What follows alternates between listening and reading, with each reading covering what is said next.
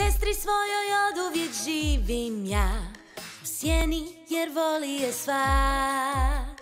I talent je njen svugdje dobro zna, moj nikog i ne zanima.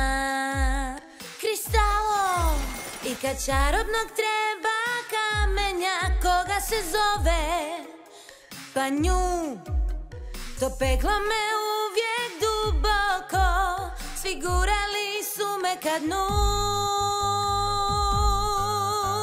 Ali tome je sada kraj, jer će uskoro svi saznati, svi moj će kristal trebati. I kad se svijetu predstavi, tad dani kreću kristalni. Kristalo, i otoka ću magičnog iskoristit ja moć.